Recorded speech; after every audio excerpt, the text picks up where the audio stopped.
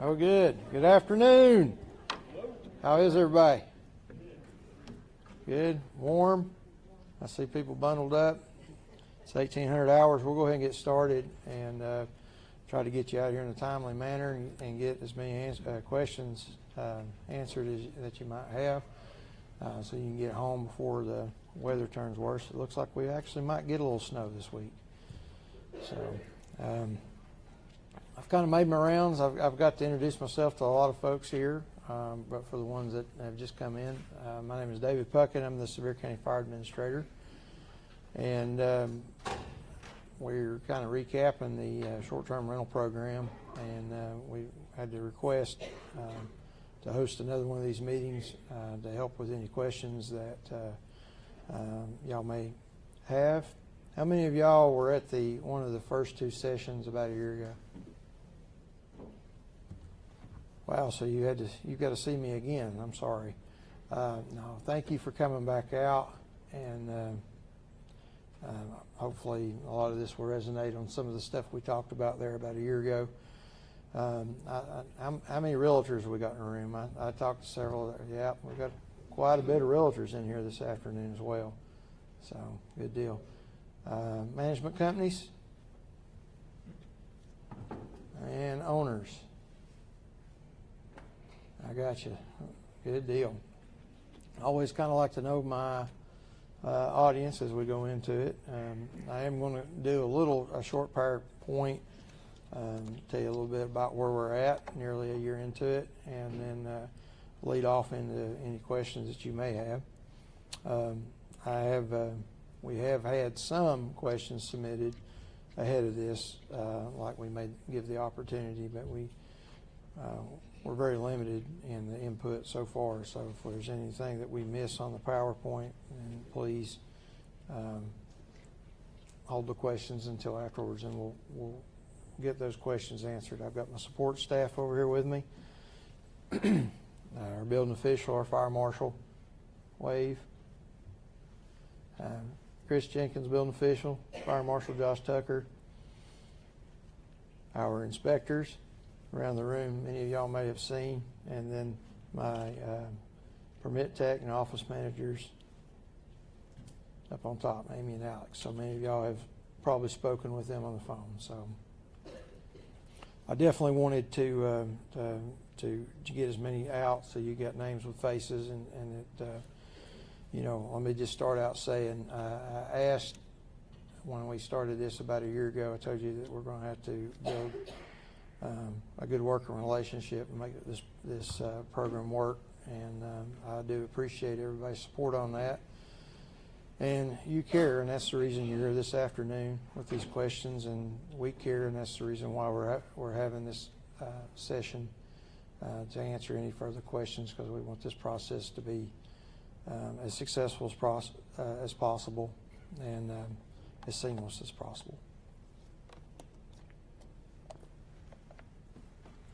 Can everybody see the slides or the screens okay? Do I need to turn any of the lights down or anything like that? Good. Okay. Good deal. All right. Like I said, I'm going to start out. I'll go over, it's a very short PowerPoint, I think about 26 slides. That's got some factual information that may answer some of the questions or some of the questions that have been asked to us. Put in it, and then we will open it up for questions and direct it to the appropriate person. So as you know, we started out last year with the permit process on January 1. When we talked to y'all around December of last year, we were saying, okay, we know we've got about 6,500 known cabins in the county. And anybody want to take a wild guess about how many we're up to so far? I heard a number. 8,200. It's a good guess, but no, we're north of that, so not quite there. But it is over 9,000, and they're still coming in, which that's on the next slide. I don't want to get ahead, but so some of the things that we come into this knowing is that we had about 6,500 known units in the county. We had purchased a system through First Day Reporting in hopes of a seamless online application process, and that ended up being one of the things we learned early on, that some of the folks were having issues with is creating duplicate accounts, and simply going online and being able to click that and be able to apply for that. Those are some of the things that we identified right off the bat.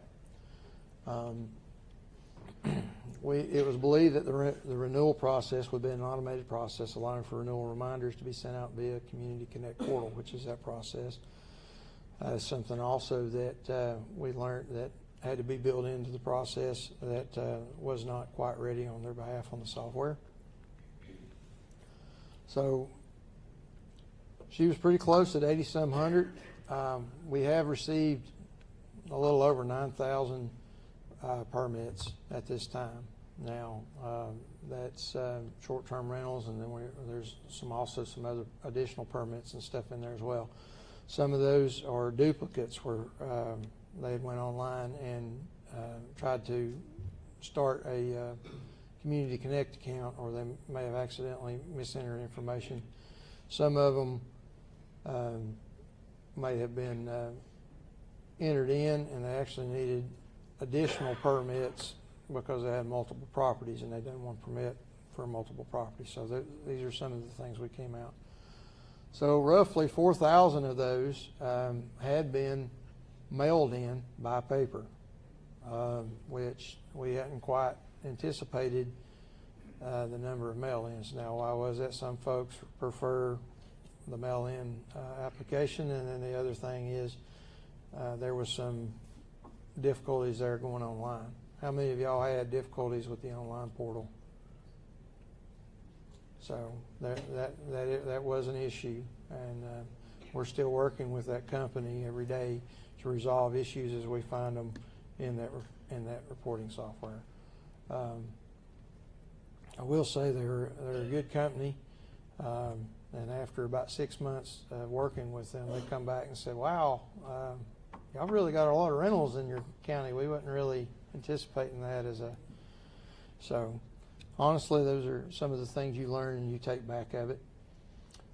With the paper applications, that takes a lot of time to process, and that has delayed some of that in there.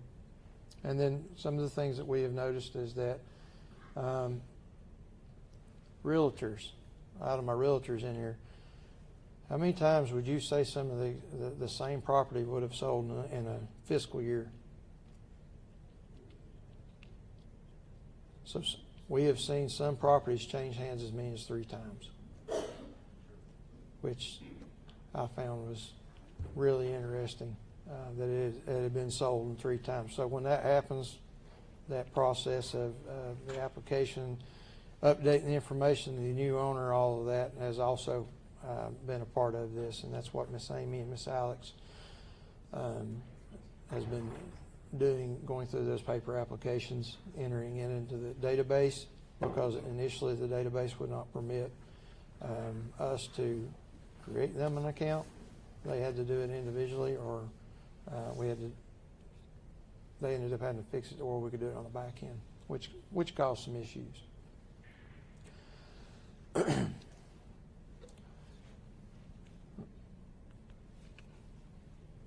Changes made. We started looking at the mid-year at where we were at, the number of permits that had been applied for, and we increased staff by adding 4 new inspectors. And initially it was Amy in the office as a permit tech, and she spent a lot of hours, afternoons and Saturdays in with us at the fire station working through these permits. So we added Alex, another permit tech, in there to assist with this process, and we're also looking at possibly adding a scheduler in there to streamline the scheduling process of this. Change of information application has been created to streamline the changes of owners and management companies. once we realized that this was a big thing and these properties were going to change hands as often as they had, we got with the company to fix it to where we had the ability to transfer that application.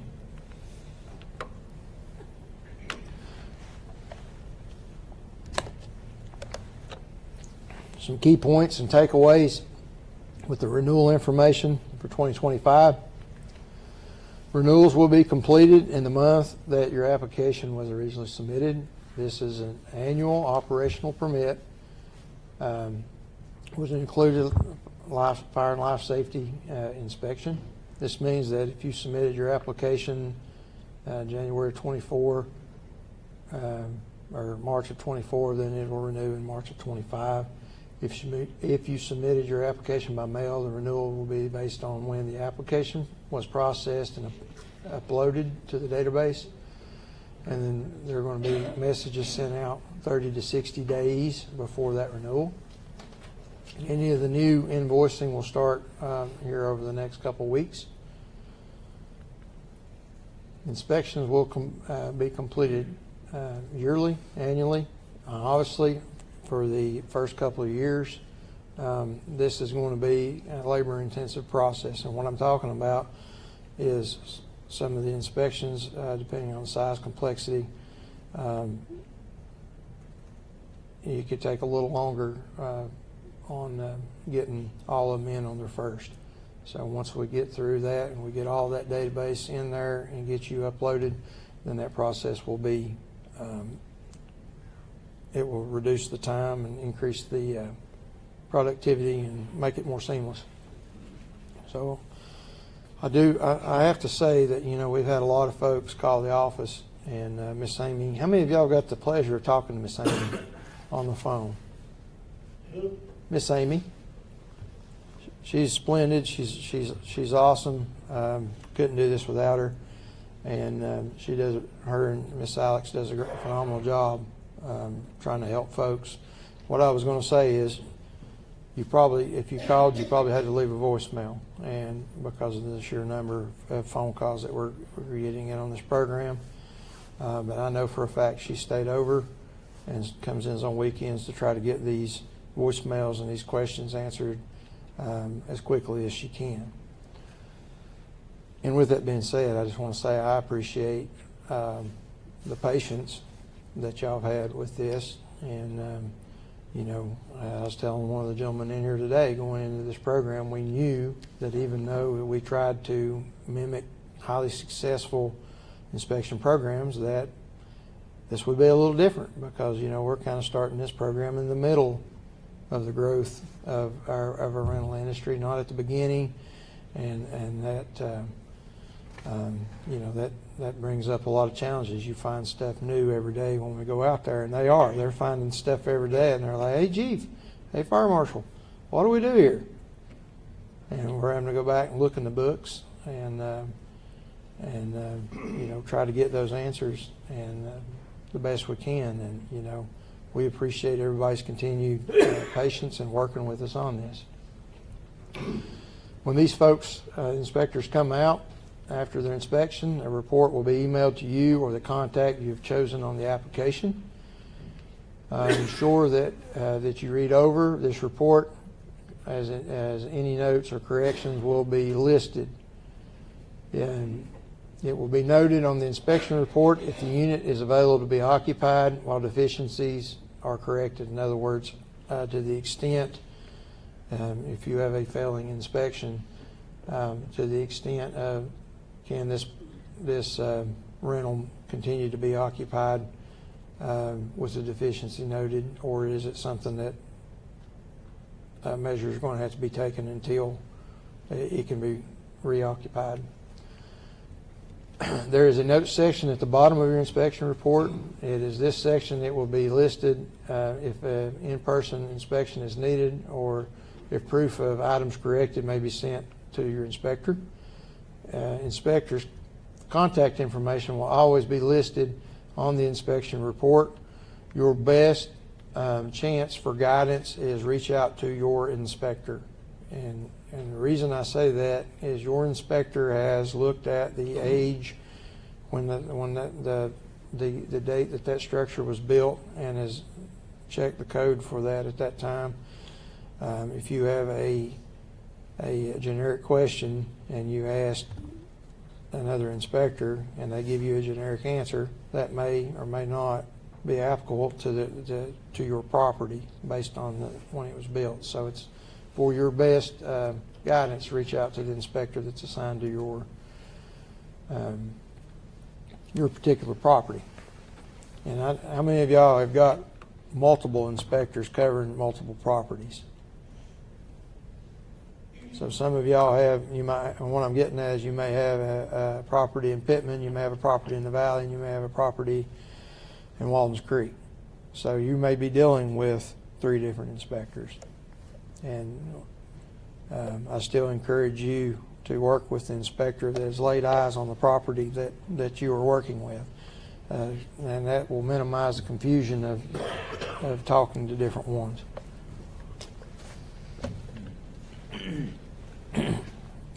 Mainly because they're going to be familiar with your property.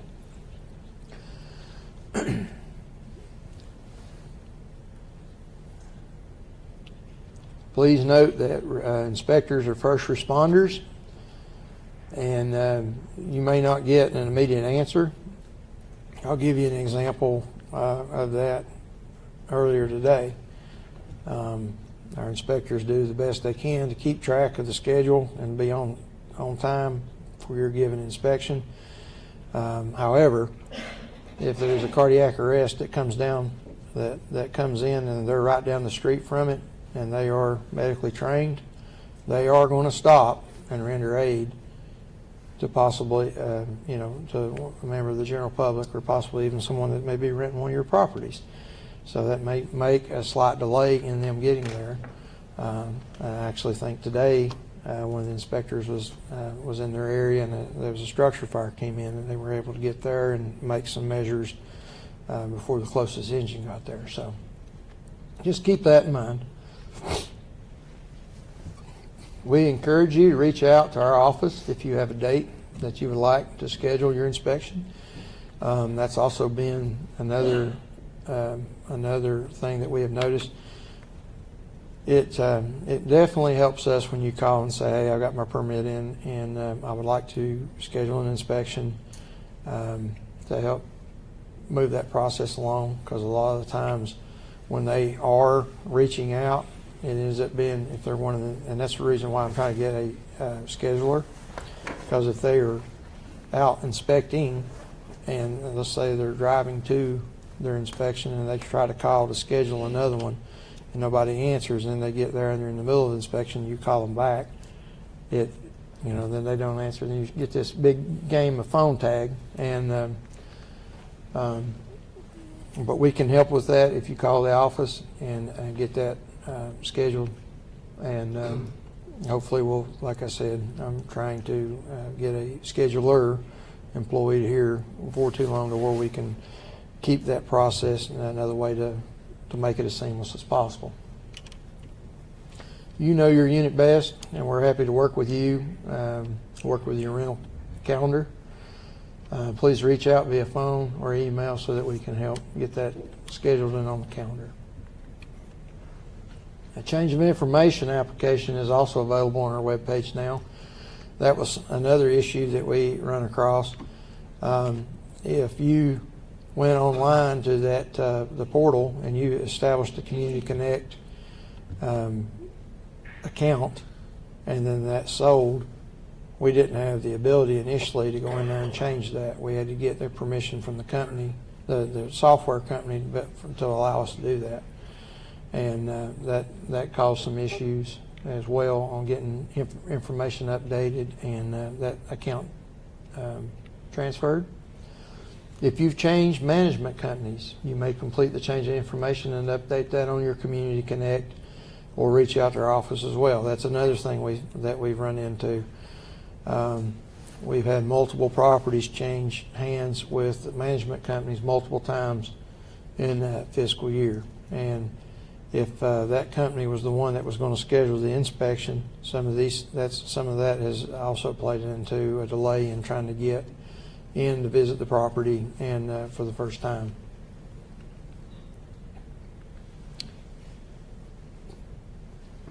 if your property management company is submitting an application on your behalf, an owner's acknowledgement form must be filled out for the application to be considered valid. So there was multiple folks in here that raised their hand that you was part of the management company. And I know a lot of the owners is wanting y'all to try to handle that for them in a lot of the capacities. As the owner of that property, they still have to fill that one form out saying that that basically they're acknowledging that they're on the program and in order for this permit to be valid. Owners' acknowledgement forms may be received by our office or it can be created by the management company, but we do need that. If an application is received via the property management company and it is not signed and no owner's acknowledgement form is on the file with our office, then it will not be considered valid application and they will not receive a permit for it. The permit fees are non-refundable. They are transferable to the next one, but what we've seen here is folks have bought a piece of property and they've gotten they've paid for the operational permit for the year, and then they sell it 3 months into it, and then they want their funds back, but yet that property is being sold as a rental. So for those in real estate, I know this particularly makes it difficult for y'all because that property had a permit and then it wasn't going to have a permit when it, so that's the reason we're not refunding those. Those are transferable to the next one. And then whenever it's due, the next time the new owner has the option of renewing it or not. So some of the frequently asked questions, some of these are the ones that y'all have submitted. And there's probably a lot on here that we didn't receive that you have that I'm hoping to get those answers for. How do I prepare for my inspection? The best guide prior to the inspection can be found on our website. That's the check sheet. Is everything on there? No. It is absolutely 100% impossible for us to have absolutely everything that can be looked at on there. Those are the big things that we're looking for. But the best guidance is going to come from your inspector when they come and do the inspection. And we've even had folks reach out to third-party companies to come in, and and they've told them you need to do this, you need to do that. Please, for the sake of your aggravation, wait and talk with our folks and let them come out and talk to you and try to get that straight from the horse's mouth on what's needed. Another question is, I purchased new fire extinguishers for my rental this year. Well, I have to do that every year. So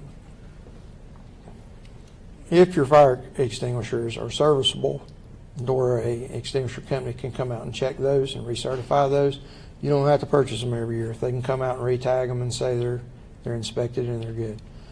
And a lot of people have asked that, and that's when I've said, okay, well, it depends on how you look at it and how many you got. I'm not going to tell you what you got to do, but you've got to have one in date every year for the inspection. So, if you've got a property that only requires one extinguisher and you prefer to go buy a new one every year, that's your prerogative. But if you've got multiple, or you can reach out to one of these companies and they can come and check them and tag them every year. Do I have to have someone present for the inspection? You do not have to have a representative present for the inspection. Inspectors are able to access the units with a given door code so long as the unit is not occupied. The property cannot be inspected if it is rented. If you got folks in there and they're on vacation, I get it. Last thing you want is, if they're in there in the hot tub, to have an inspector coming through the front door there, right? Y'all are giggling, but it's we don't want to do that. Okay. So what if you got guests in there, but they've gone to an attraction for the day? Doesn't matter. If it's rented and their belongings are in there, we're not gonna access that. Okay.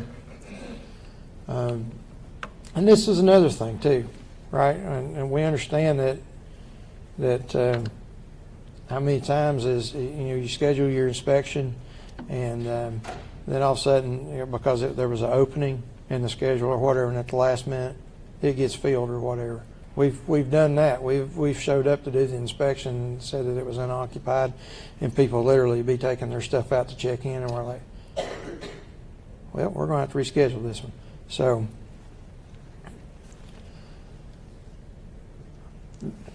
the rental must be unoccupied of any guest and guest belongings.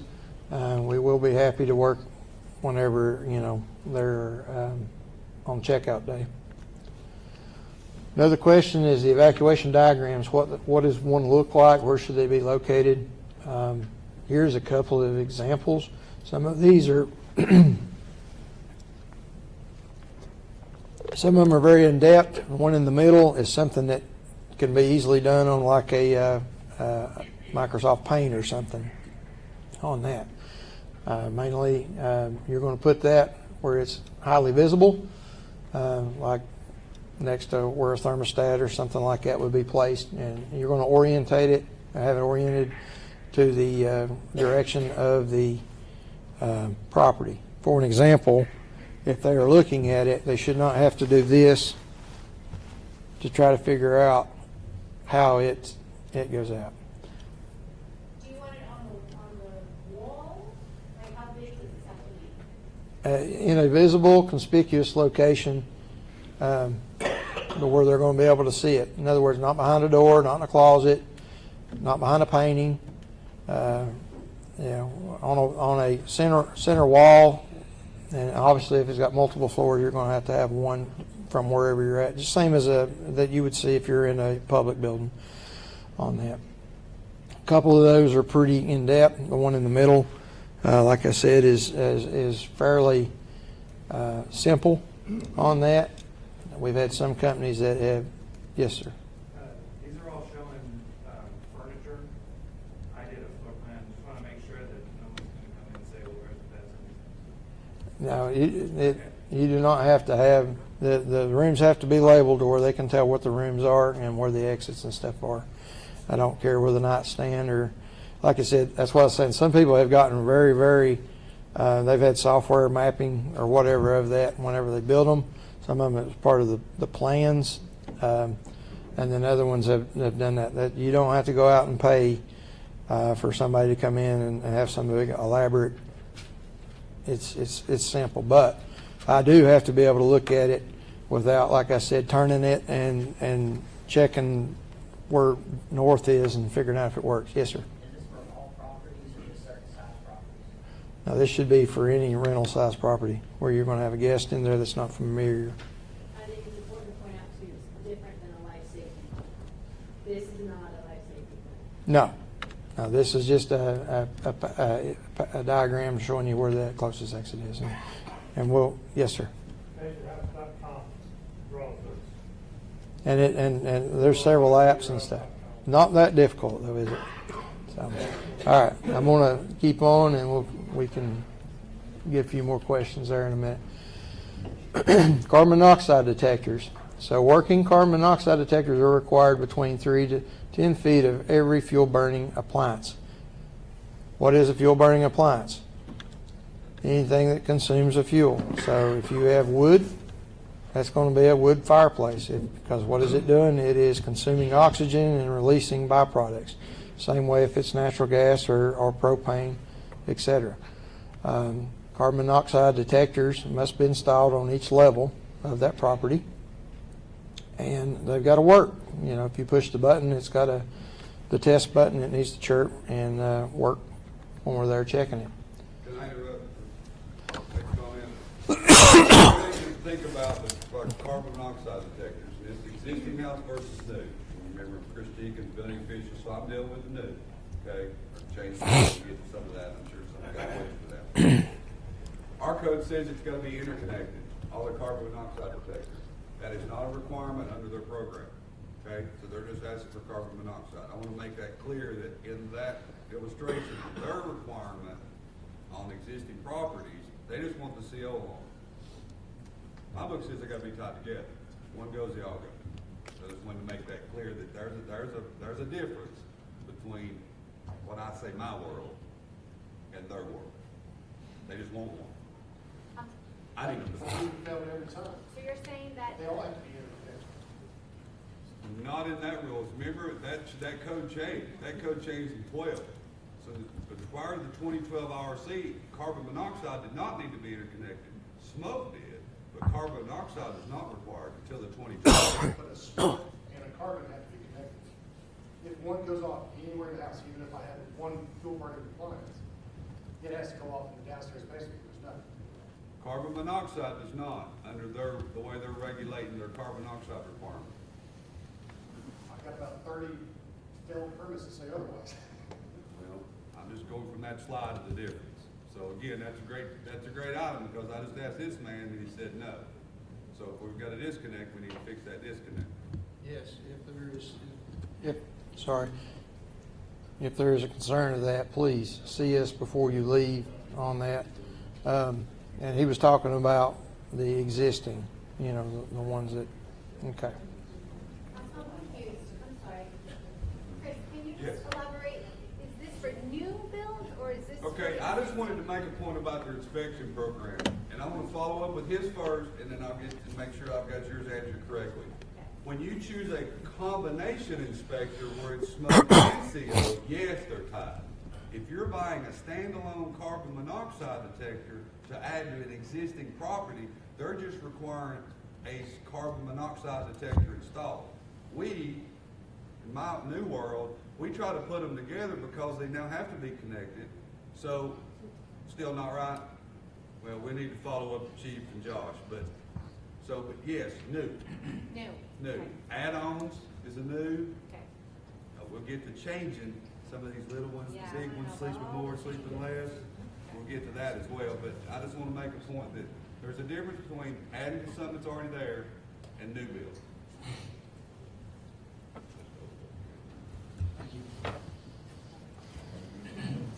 So smoke alarms must meet Underwriter Laboratory or the UL listing, 217 standards, and must be installed inside the sleeping rooms, outside the sleeping rooms, in the immediate vicinity of the bedrooms, and on each story, including basements.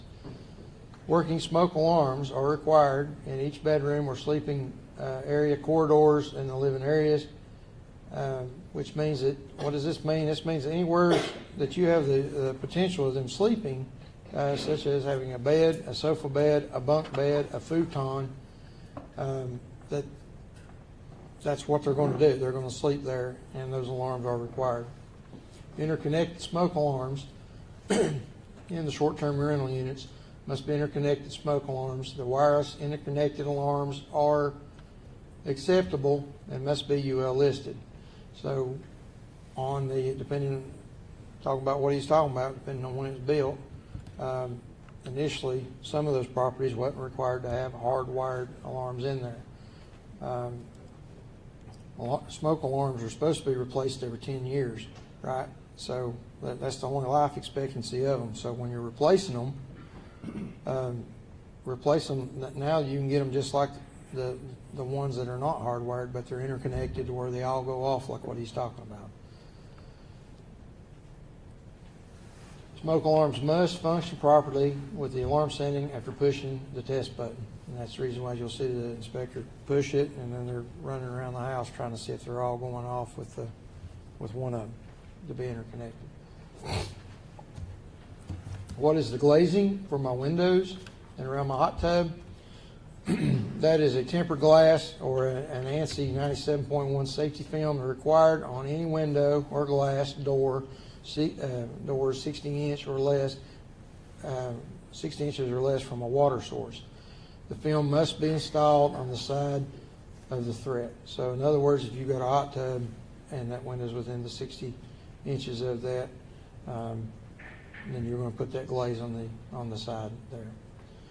On the hot tub fall protection, It is needed in a hot tub if it's closer than 18 inches to a deck railing, and it's measured from 36 inches from the seated position of the hot tub. So you stick the tape measure down to where your bottom is in that, and then measure it up and over to the railing. That's where the 36-inch measurement comes from. Decks will be inspected for imminent failure and life safety issues. While inspecting decks, the inspector is to look for a threat to the general safety and welfare of occupants. Decks are inspected to the intent, function, not the code. And what I'm getting at there is they're looking for rotten boards, they're looking for degradation, the railing getting ready has got a lot of play in it, or missing spindles and things of that nature where somebody could easily fall through. Emergency egress. This has been a lot of, yes, sir. Sorry to interrupt again. The fall protection for hot tubs at a railing. I've got a deck that is a ground level piece of cement with a railing next to it. So my question here is this about decks that are elevated off the ground, or next to any railing, do I have to now put a higher barrier? Elevated. Thank you. The intent is to keep somebody from, Clarity helps everybody. I got you.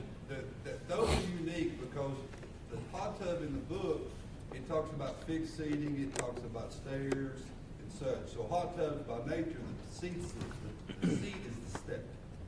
So if you read the manufacturer. So fall protection on the decks, a deck greater than 30 inches off the ground, needs rail, right?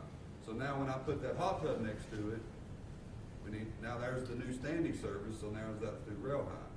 The contrary piece to it, and that's why we talk about elevated decks off the ground, is that, well, the deck only needed it because I would step from here and fall down.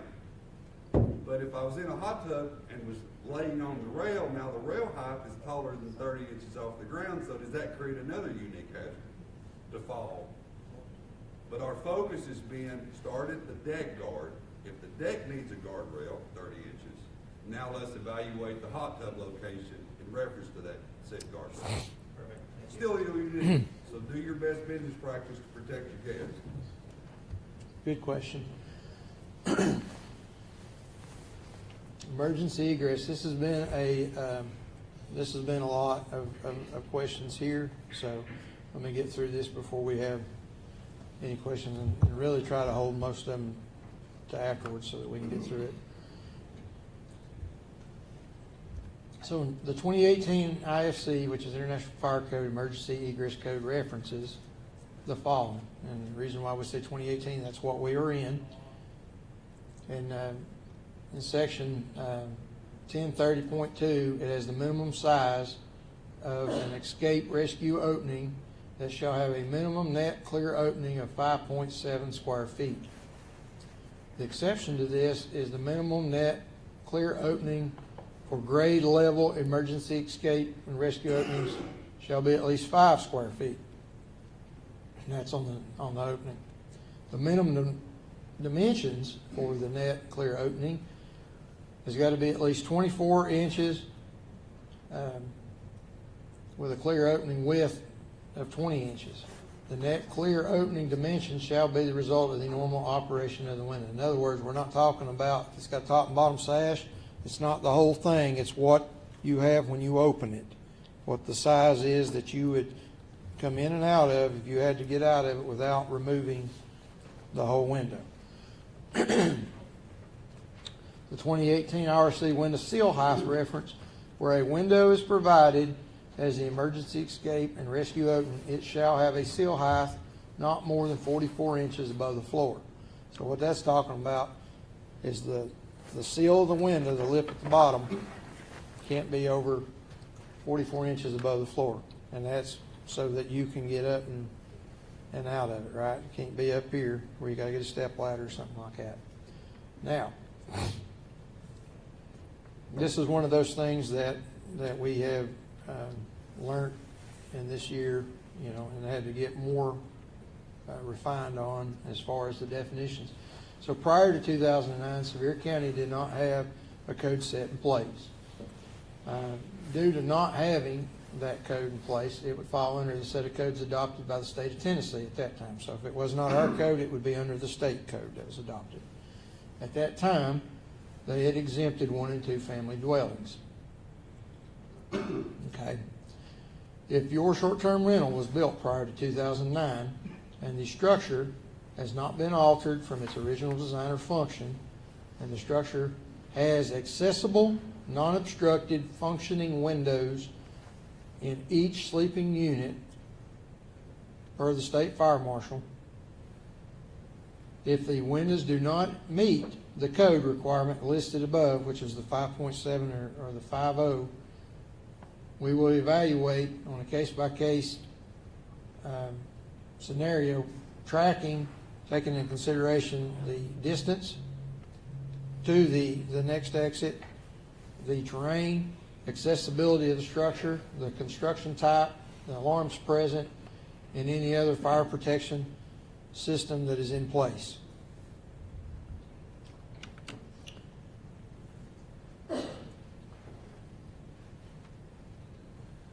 Like I said, we'll get some questions on that in just a minute. The next topic starts talking about pools. That is another one that was that we had a lot of questions about.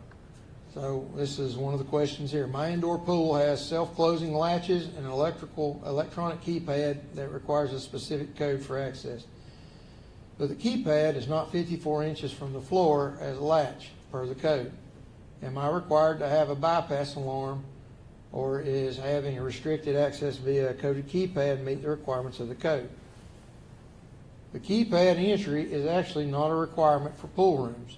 The UL 2017 bypass alarm is required to be installed at 54 inches. The door entering the pool room must be self-closing and self-latching. In other words, when you let it go, it's got to close itself and secure itself. Another question was, I was just told that any windows that are accessible to the pool from the deck or wherever must be made so they cannot be opened. I guess one could get an alarm for each window instead. Does anyone know what type of locks to get? So operable windows having a seal height less than 48 inches from the floor, in other words, are low and accessible, is required to have the UL 2017 listed bypass alarm. The code requires a pool splash alarm, but all the ones I see commercially available produce many false positives, resulting in an annoying noise and false negatives, not detecting weight being dropped into the pool. If we have a controlled access electronic keypad to the indoor pool, are we still required to have an ineffective pool splash alarm installed?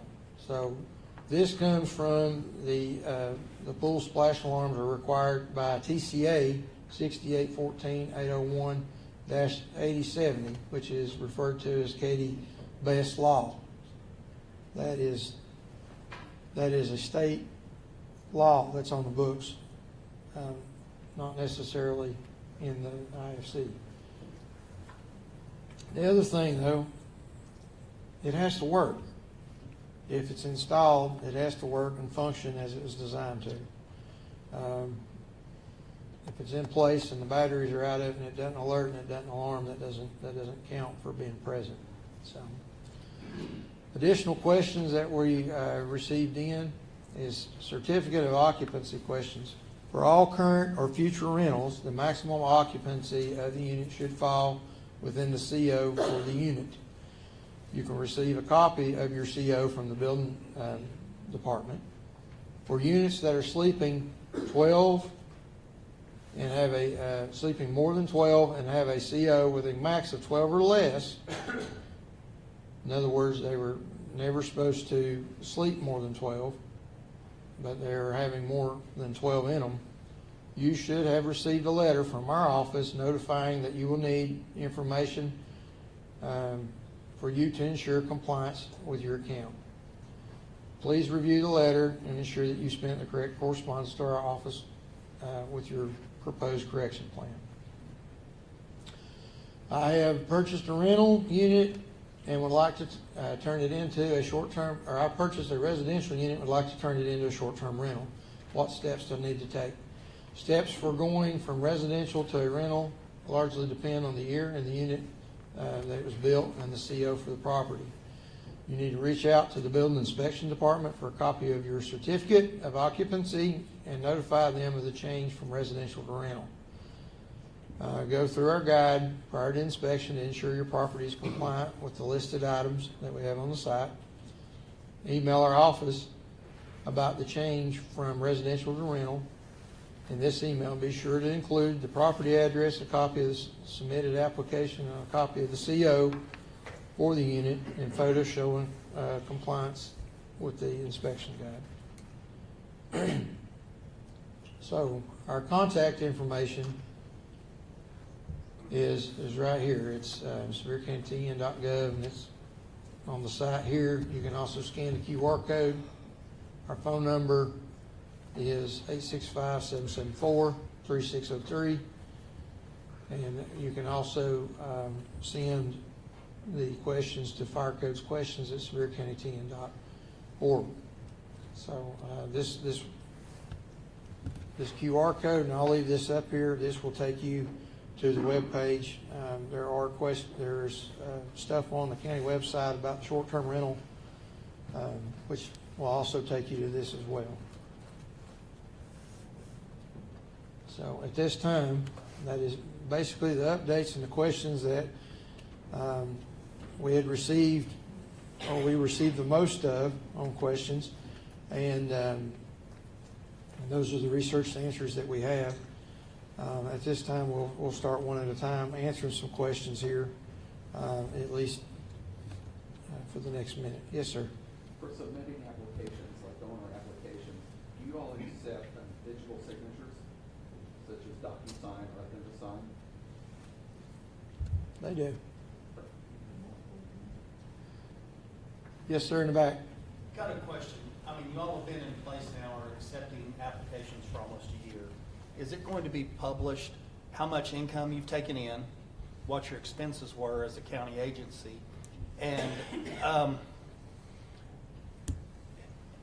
I really feel like the county commission should be here. I mean, if we're having frustrations with complying as a body that is having to submit and acclimate to all of these, why aren't our representatives here? And helping to, I mean, this was voted in by the county commission, and you all are acting on their behalf. Why aren't they here listening to our frustrations and dealing with the fallout of all this stuff? I mean, I feel like we're being unrepresented for this. I mean, we need an accounting of the income that's come in, accounting of the expenses, and we need to know, I mean, all of this needs to be above board. I mean, it just seems like all of this is A money grab. is subjective, and it needs to be across the board, and it's very frustrating trying to comply with this stuff. I can understand frustration, especially in the first couple of years of the program, and I can understand your concerns as well. By no means am I hiding any of the of that component. And us finishing up, kind of, I say we've been at it a year. We started taking the application in January of last year, but with the glitches in the system and the fact that we told folks it would be so many weeks notice before we would come and do the inspection, we're not technically a year in, if that makes sense. We're a year in, but we're not. So a lot of that data we've not compiled on a year basis, but it being public records, those are things that can be requested. And and initially when I was requested for this meeting, I was requested for a meeting with the building department and my fire marshal and myself, and that's what I have here this afternoon. I can, any of y'all that are not familiar with your commissioners in your areas, we can get you the names of those folks and get you in contact with them for additional concerns. And I understand your point there. I mean, they should be here. But we're not in a position, Chad, to get them here. Oh, I You all understand need to that. get them. But, I mean, Falls on them. that falls on them, but I mean, it's one of those that they are our elected officials. They brought that here and under, I mean, to say it's under the guise of protecting people, I mean, and that's what it's about, but let's be honest, it's all based on income. I mean, money's flowing in, and they looked at that, they looked at protection, and there's always if you want to call it a trade-off or a balance between, liability and income and all of those things. I mean, it's something that definitely needs to be addressed. I mean, it's not fair to you all to say you're being unfair to us, but we need to look at the money that's brought in, who put it in place, is it effective, and is it something that, we need to continue, and if we don't continue it, what's the liability going forward? I mean, there's just a whole lot of questions, and like you said, you've not got a year of hard data yet, but who's looking at that data, who's making those decisions, and what are our options going forward? I understand those are valuable questions, and the reporting software that we have is acquiring a lot of this now. Once I said, I'll get you in a second. The database that we have there, we have had a lot of people that have submitted duplicates because of either a glitch in the system or whatever, and we're working through that. And I appreciate your patience on that. And if you don't mind, get with me afterwards, and because by no means am I. I understand those are tough questions. I mean, it's hard to say, how much did you gross last year?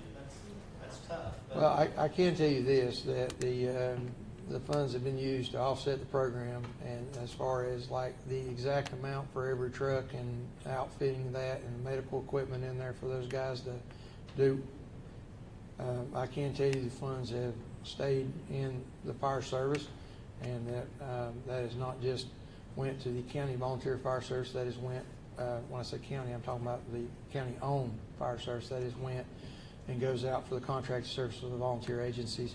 That is being passed out to them for better protection of the county. Yes, Ms. Moore. So I know that we have several questions online. Is there a way that we can address any of those? Is anybody monitoring the conversations? I don't have access to the questions online. They're being answered. They're being answered as they Yeah. can. And in all reality, if they can email that email with them, because tracking them on here as they're popping up. I've got an inspector here that is taking notes of who asked what question. Okay. Do we feel that any of those are pertinent to share to the public? I think all of them were in this. However, we would. All of them should have been answered already. And somebody was able to reiterate a few things, but it's. I have a question. Yes, ma'am. Um, While we're waiting on that, yes, ma'am. Yeah, if we've applied for a license and haven't yet had an inspection, you had mentioned that about 6 days before the renewal is ready, that we'd get an email about it. So if we haven't yet had an inspection, so we haven't really got a permit yet, will we still get that renewal and we just automatically renew it whilst? Yeah, waiting for the inspection? so, correct. So ultimately, the plan was initially is to have every single one of them done, and but that was at knowing a lot smaller number. So we are doing that, but it being an operational permit, which is what that does, is it gives us the legal authority to order complaints, et cetera, and we have access to that. Those renewals will continue to go on. You will get an inspection. We're not going to, and we're going to keep that in there. But for the first year or so, it is going to be kind of touch and go while we're getting this in. And I do appreciate your patience on that. Next question. Yes, ma'am. Can we hear a little bit from Chris Jenkins and any of the changes? Chris, sorry. Could we just hear from him some of the changes in new construction?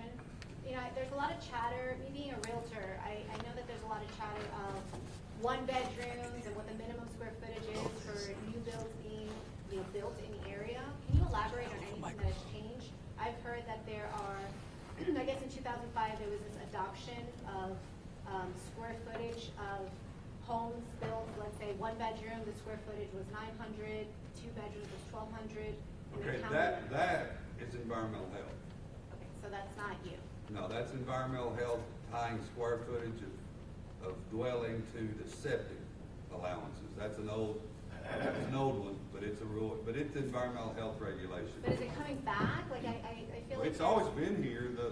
The issue is that, you know, we had the burnout houses we experienced with the wildfires, and then we, of course, had our Hatcher Mountain, and then we dealt, Lost Branch in 2013 was all on sewers, so that wasn't an issue. So we didn't see a lot of 1 and 2 bedrooms popping up over that span. Well, now, the lots available, those things, this tiny home craze or small dwelling craze, is pushed a lot of these smaller houses, or these lots that are available now to build on, let's just be honest, they're not the great lots, because those have already been purchased. It's the 1 bedroom lots, it's the 2 bedroom lots.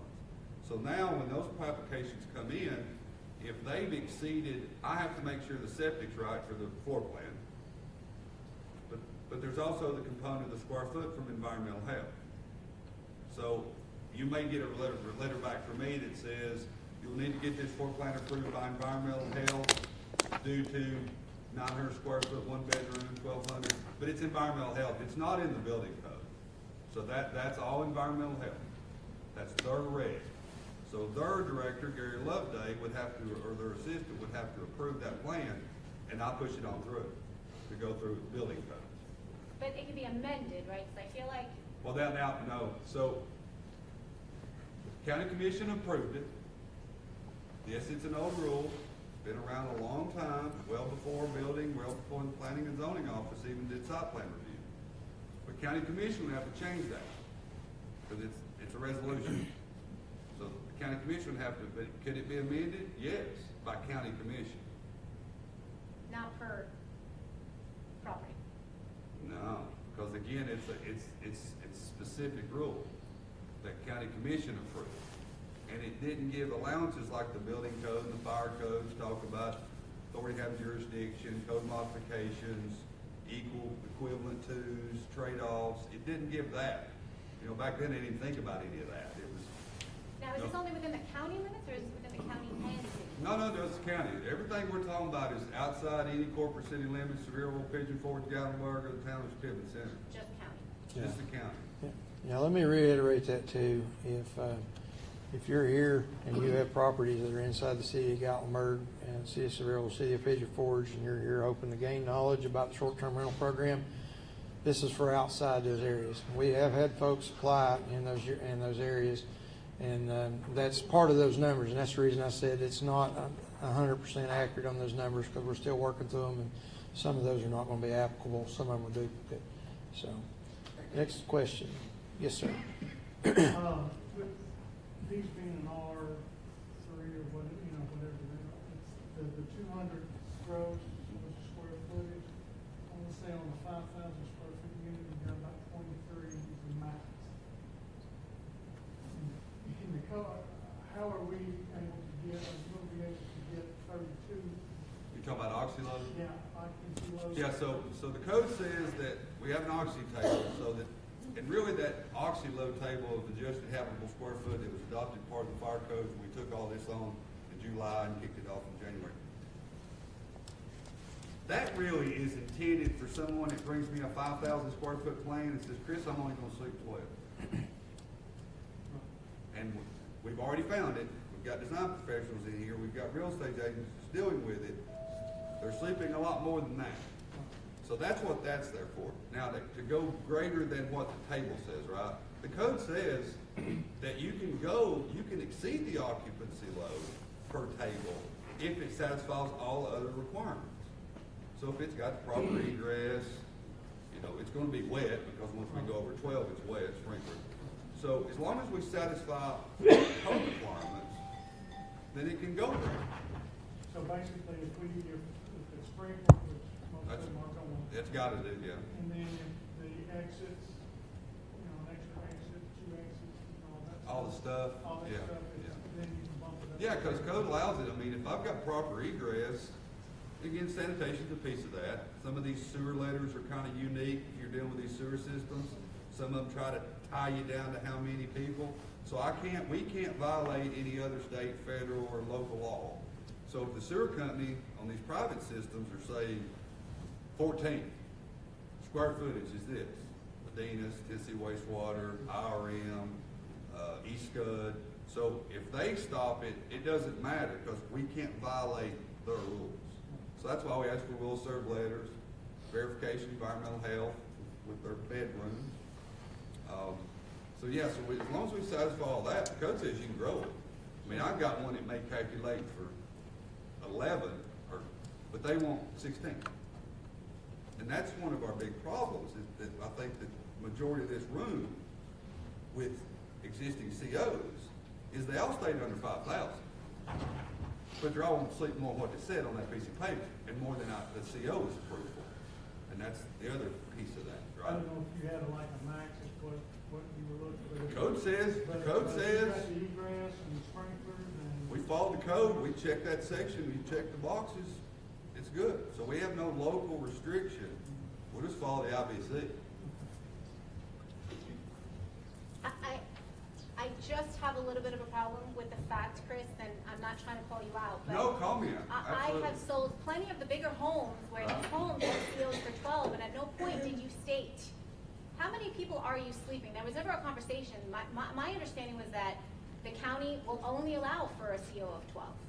You know, and I was selling some of these bigger cabins, 6 bedrooms, 8 I bedrooms. think you can poll this room, and that's not gonna be, that statement was like that, that's not been. Yeah, but I had- We clearly put on the certificate of occupancy how many the maximum was. Yes. If they wanted to go over, they submitted their plans to the state fire marshal's office. You got plenty of those, Sherwood Forest, Yes. Summit, right? You know, Hibernation specifically, Station, right here's a designer that did a ton in Hibernation Station.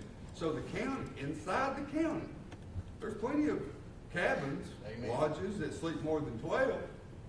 The problem we got is, Yeah, but buyers have spoken to you, and at no point was there ever a conversation about, you know. What did we're the looking buyer to ask sleep- me? Sorry? what did the buyer ask? I specifically know, we bought in, 4 by Grace. Okay. That's a very large community where they're Absolutely. building 6+ I bedrooms. know them well. Yes, correct. What's the CO say? 12. That's how many it is. That's how many the county approved it for. That's how many the owner requested. That's how many was on the GC. I know, but I when they feel like pulled the there's, permit. but it's very gray, because after when you came in and said that you were taking full jurisdiction of the city and the county, the conversation completely changed. So I just. It had to, man, because now, instead of the state, when you send your plans to the state to upgrade, you're gonna send them local.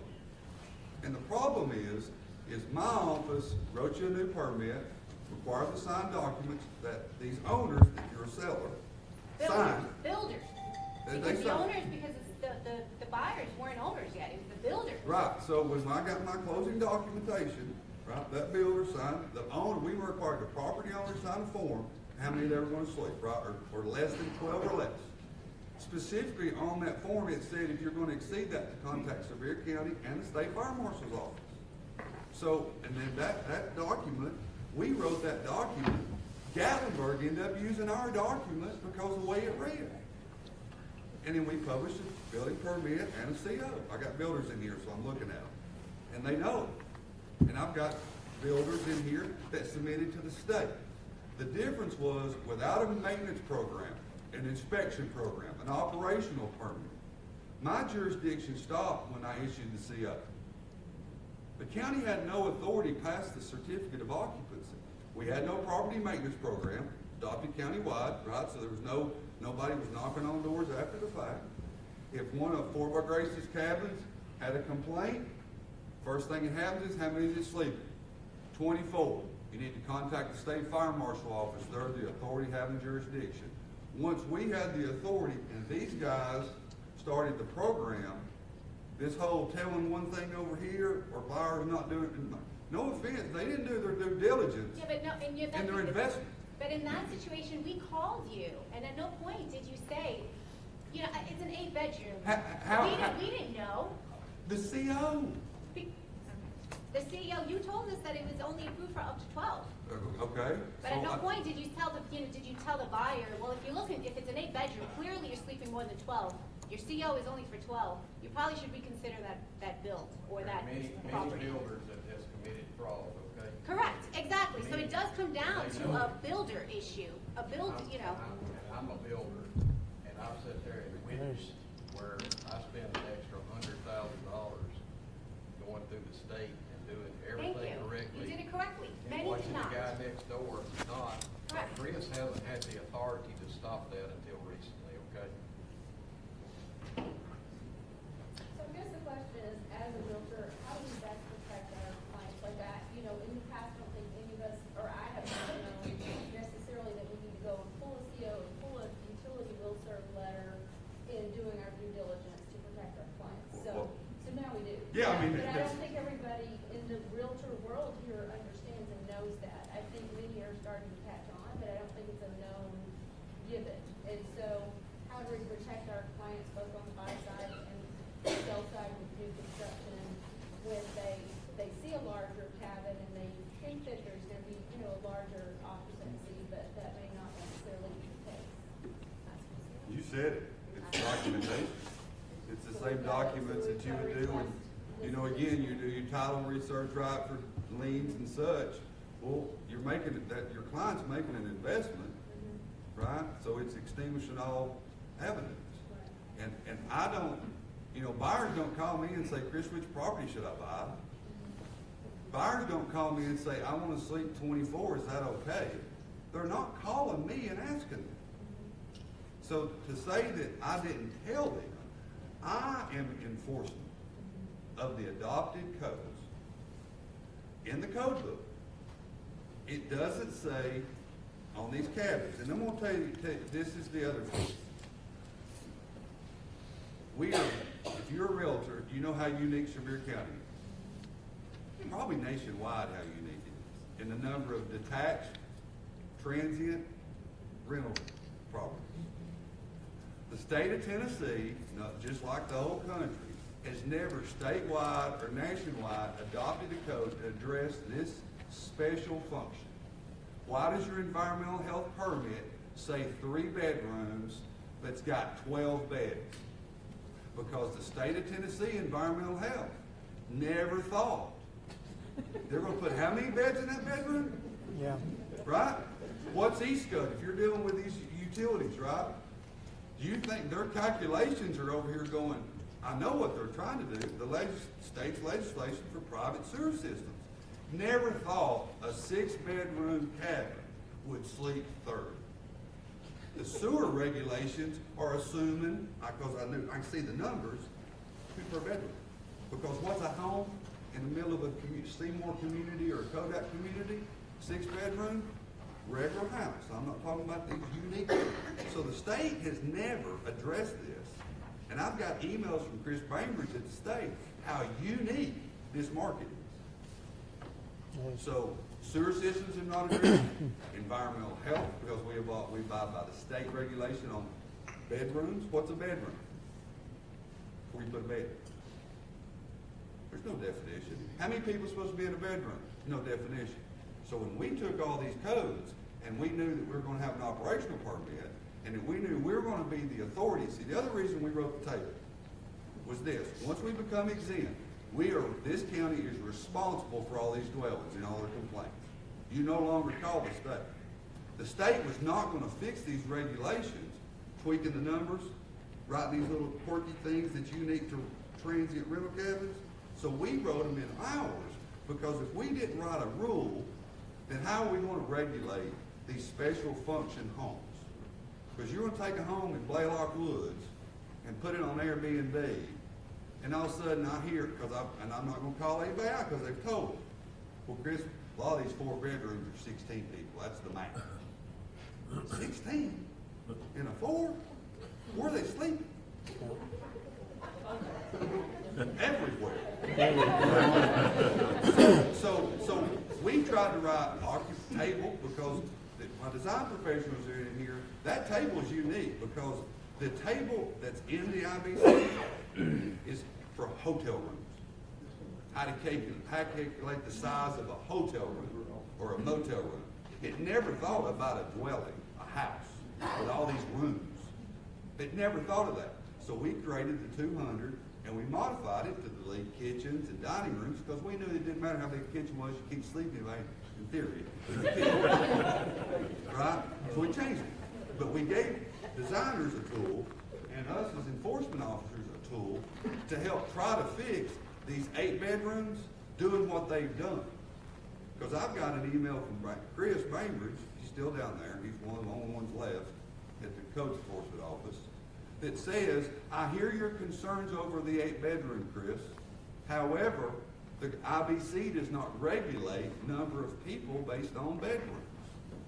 I have the email on one of those 4-bar grace houses. I have an email on one, I may be calling somebody out and I apologize, on Eagle Clap and Blackberry. I have the email because I didn't want to write the permit. Because I mean, it's an 8 bedroom and they're saying 12. They signed it and notarized it. So that property owner swore that's what they're doing. I'm supposed to call them a liar? I couldn't. But if I passed the regulation and the state gave us the authority to enforce it, I could pass a rule to prevent it. But I can't call you a liar. I can prove you're one through these guys going out and knocking on doors. But I can't call you. Yes, ma'am. So, is there gonna be a database that as realtors, we can look and say, no, they're telling it's a I wish. 36 occupancy, but, I wish. okay, so we know there are cabins that have multiple bunk beds, sometimes up 6 to 8 bunk beds in a closet type room, 1 point of egress. And I imagine if they're gonna be told they gotta get those bunk beds out, they're gonna be trying to sell that to somebody else before the whole community gets wind of it, so. One thing that I wish, and we didn't know it, as they were trying to set the program up, I was still over here writing permits and inspecting houses, right, and trying to keep my staff working and not screwing up, and, you know, keep our, while they're trying to launch this one. So we communicated the best we could, but it was like, here we come. You're exempt, Chris. You got to take on everything now. If there's a church coming, if there's a huge restaurant coming, you've got all these rentals now. So it was massive even with our department.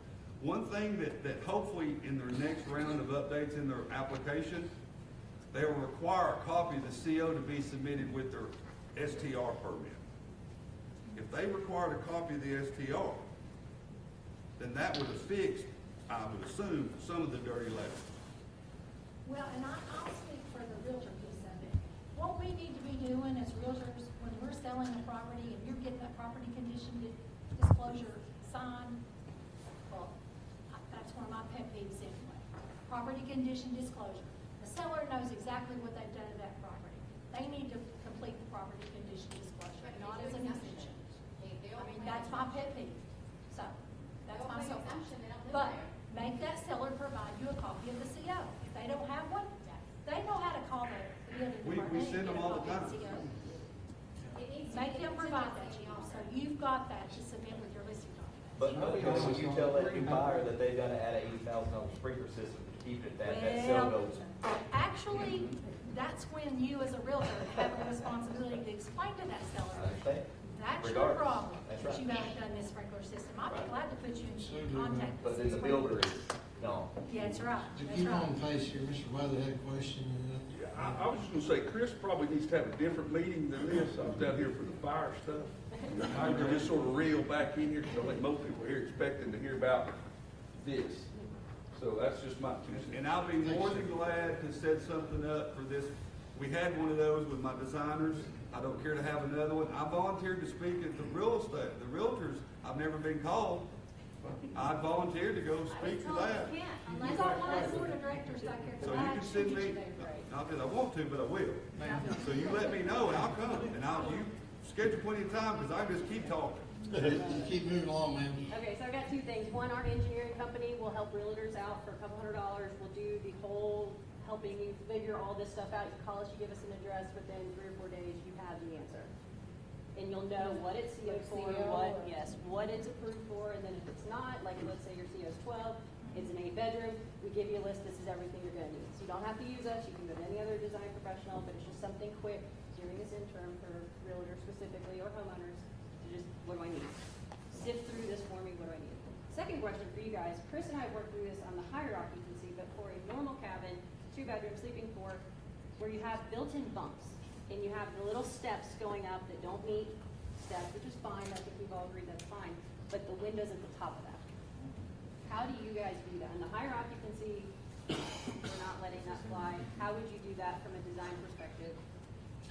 So, and y'all can correct me here, I don't, the purpose of this, the reason I got them is so we try to get you accurate information, so, that was one of the things on that slide. Number one, we're gonna look and see what was required when the building was built. Well, Right. let's assume the window meets egress. The window meets egress, but it's above, because technically you have to climb up those stairs to get to it, and those stairs are not standard steps, they're bunk steps. But is the seal still less than, or no greater than 44 inches off the floor? No, it's greater than, but there's a platform up there, so what are you measuring off of? Because technically, if the steps met traditional stair requirements, it would be fine, but they don't. I see So what you're the getting at. question's like, are y'all gonna approve that? What do we need to tell our clients to do? They're in deep conversation. Marshall Tucker. Sorry, did you hear the question? Well, you're my husband. I explained it. Oh, okay. I'm not answering. Yeah. On- Can you repeat it real quick? No, honestly, I mean, I think we're gonna have to look at it and actually pull the tape and do some measures. So Essentially, you're saying that you would step up on that to So, open the window. you know what I'm talking about, where they do the built-in bunks, and they have the steps, but the steps are like 6 inches deep, 12 inches tall, they don't meet standard stair requirements. But there's a big 4-foot by 4-foot platform up there with an egress window that does meet all the egress requirements, and it's less than 44 inches from that floor. But in order to access that floor, you have to pass through a set of steps that don't meet. That are those not code standards. compliant. Yeah. So my thought is that firefighters coming in, they're gonna fall down those stairs. I'm gonna be 100% honest with you, that, that's one of the reasons why we wanted as many questions as we could submitted so that we could research that. That's one I'm gonna have to sharpen my pencil on and go to the books with. I'm not gonna lie to you. I think the book would say it doesn't work because in order to access it. I you think have it's to a pass hazard, through. obviously. Yeah. I mean, we're talking about kids, I mean, bunk beds, kids, generally. If it's not to the code, I mean, it would be difficult to say that it's okay, and I If would he was okay looking running at case into by that. case, is the hazard coming in or getting out? Both, I mean, those steps are steep. They're okay to access a bed, but in an emergency situation, they're not. Are you talking like a loft, almost a true loft situation, just a bed, with a ceiling height that over 5 feet, that kind of situation? Yeah, like it's, and So typically, we've not run into all of those, we'll catch them on a stairs process to begin with. If it's like a straight up and down ladder, that's not gonna fly, it has to be like more than 70 degrees, I do believe. yeah. We haven't run into a whole lot of those, or I personally haven't, I've got a few up in like Legacy Mountain. The summit, I've actually ran into several in the summit. And some would probably be similar to that, but those, have not, they've had plate glass windows in them. I don't think that I've run into any of them that have operable windows in them, so the plate glass will require, at least because it's doing the safety film or tempered if it's operating. Now, And also, I'll be 100% honest, for all of them, every day, there's probably at least 3 or 4 inspectors that come in my office with something that none of you would imagine Oh, I to know, show we us. see it. So I know that there's multiple comments on here saying that we've changed the list and that we've updated it without notifying everyone. We have over 9,000. We have, the database will send an alert, like if there's weather, we sent one today for the incoming storm, but there's no way for us to mass notify everyone at the same time. But that's why we've had to update this list and clarify things, because we've seen stuff that we would have never imagined. And obviously for reasons we can't show that, but that's one of those, there's been very few. all I can tell you is that on those where, you're good, I'll get you, ma'am, then I'll get you right behind, sir. We do try to look at the age that it was built and the travel distance to the next egress, is it sprinkled or not? And we try to, and that's where I'll have to say that a lot of the questions come up is, one individual over here says, well, they were okay with it, one individual over here, like, well, I got to fail over it. The circumstances can be different, and that is what's looked at. Yes, ma'am. So I understand like it's a new program and you guys are overwhelmed and everybody was flooded in at once. So I guess my question is, this is not a criticism or anything, but just how many of the, out of those 9,000 permits that have been submitted, how many inspections have been completed? And I think the reason I ask that is because what we're seeing out there, like I can see 2 different properties down the street from each other, they're both for sale. And we can try to look up all the information, you know, we didn't necessarily pull CO before, because I didn't know to do that, honestly, but I can look up where it's renting and how much it's renting for. And it's like one can be renting for a much higher nightly rate because they're advertising 16 versus this one is advertising 12. So some of these are operating out of compliance, obviously, which therefore their numbers that they've been doing are going to be inflated. And I think it's going to take some time for all that to catch up. It will. And the market's going to adjust itself.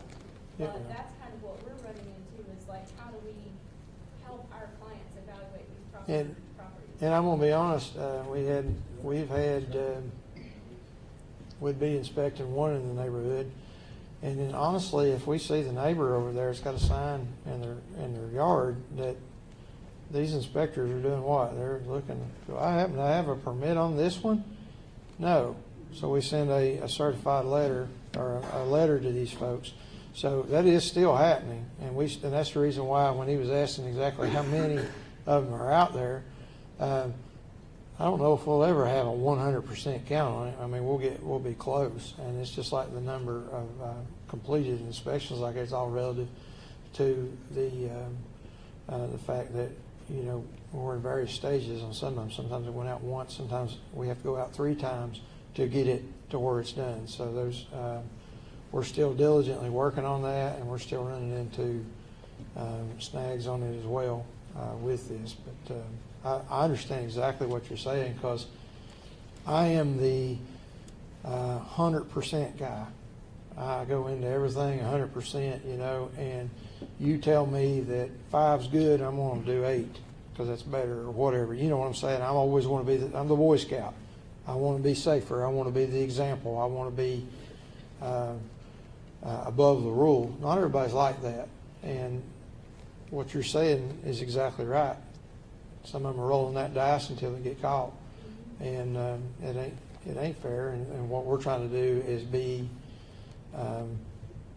as agile as we can as we're going in here and doing this. And we're still receiving complaints, and that's how we're finding. We found some in December that had been submitted and found out that they didn't have an operational permit, and we're starting that process. Do you have a time frame for when you hope to have all of the initial inspections completed from those 9,000 permits? Well, I think that would, I have tentative goals, but I would love and it's going to depend on, if I'm able to add staff, and et cetera, and how that goes. And I would like to have them all done in this coming year to have the first one and started down the path of the re-inspections on that. The first one will be the worst, and because those are we found the items, the action items, and it's going to take time to correct those action items. The re-inspections will still take time, and it's more of a maintenance piece to ensure that these, that we're taking pictures of the structures to make sure that things haven't degraded exponentially, and making sure that the safety measures are still in place. So one of the questions is, okay, well, you obviously spend a lot of time on the first one. You're not spending as much time on the other ones. Well, that would be the goal, because things were moving in the same place. But as we've learned, some of these properties are selling 2 and 3 times a year. And when the next person gets it, that's not saying that they're going to maintain it. And you know what I'm saying? So we have to stay on the inspections to ensure that it's an everyday thing. So, yes, ma'am. Is there a way to have clear communication as to what the county wants for owners? We pay the commercial tax, rate, which is more than the residentials, the residents pay in the county. Is there a way to have clear, concise information from you know, you, fire marshal, fire chief, from the building codes, from the environmental department, just a website where it's clear and concise for owners in the area. Because I feel like there's just so much different information coming from here, there. I understand what you're saying, and those are things that we are working on as It we would be so continue. helpful. You know, we bring in so much money as a county. The big issue is there's a lot of false information on Facebook. Don't believe what is on Facebook. Call our office. That's If great. you're one person, you would be, there's such an influx. And I of understand people. that, but I will tell you this, these two women back here, they go over about 45 voicemails every evening. Yeah. Because that's the best option. Telling it on Facebook, there's 15 different people that interpret something different. Well, that's what I'm saying, if we can just get something on like a county website. What do you wanna know? I don't. You're telling us that we need to do our own due diligence, like I just don't, I feel like that's fair enough. I will tell you, the ones that got the letter for the restriction, I went through all of the ones that selected the sleepover 12 and pulled the COs for the ones that I know got the you letter. did. I know So you that did. the owners didn't have to do it. So, You know, we didn't know as a county government that realtors didn't require the CO in a closing. it's, there's a lot of things that we are learning, y'all are learning, we are learning together. And I agree that the more information and having a hub for that, the better off we would all be. However, I will say this, you see how in-depth the fire code talk we are talking about is, and how many books and specialties on there.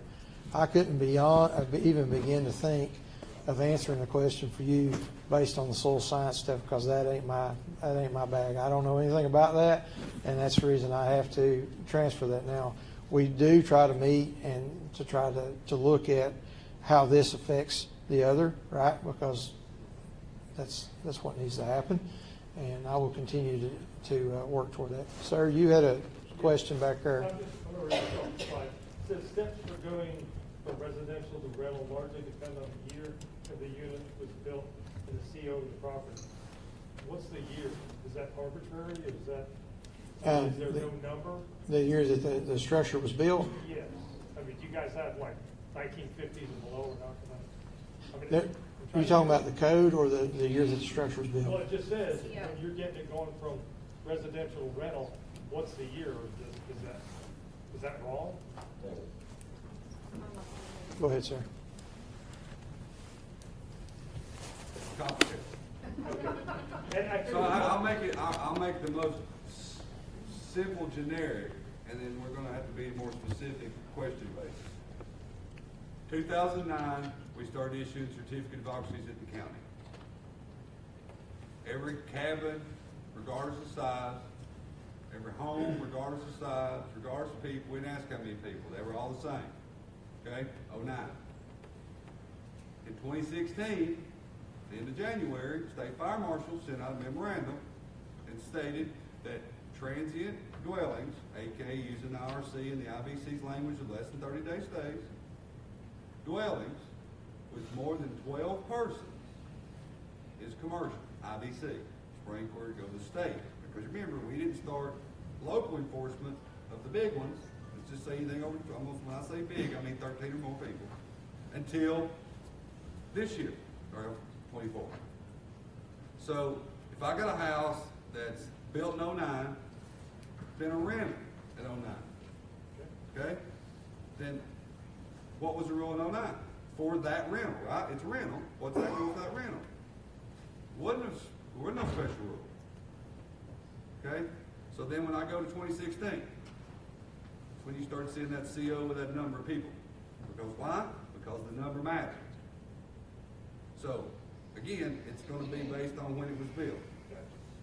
What if it was before? Is So- the only thing past that? I think a lot Yeah, I of got the it. realtors, they're just trying to be accurate, and when they have a client, they don't want to give them the wrong information That's right. because it makes them look silly. I reply a lot of those emails, and I've asked them. I think that's a lot of, that's the realtors, that's what my wife's a realtor, and I that's. got one now. She doesn't want to feel I got silly one now. about, It's built in 09, give sleep them the wrong 42. Is that okay? I'll reply that tomorrow. But I reply to those and I want a paper trail because I don't want quote of miscommunication. Because sometimes we all hear what we want to hear. So in that, you was asking, what about 409? For 409, where this program came in, It was whatever's adopted by the state. So we've got to go back to the state. Let me read one statement. I've been sitting here from a battery. I looked up out of code book because I knew this was going to be a topic.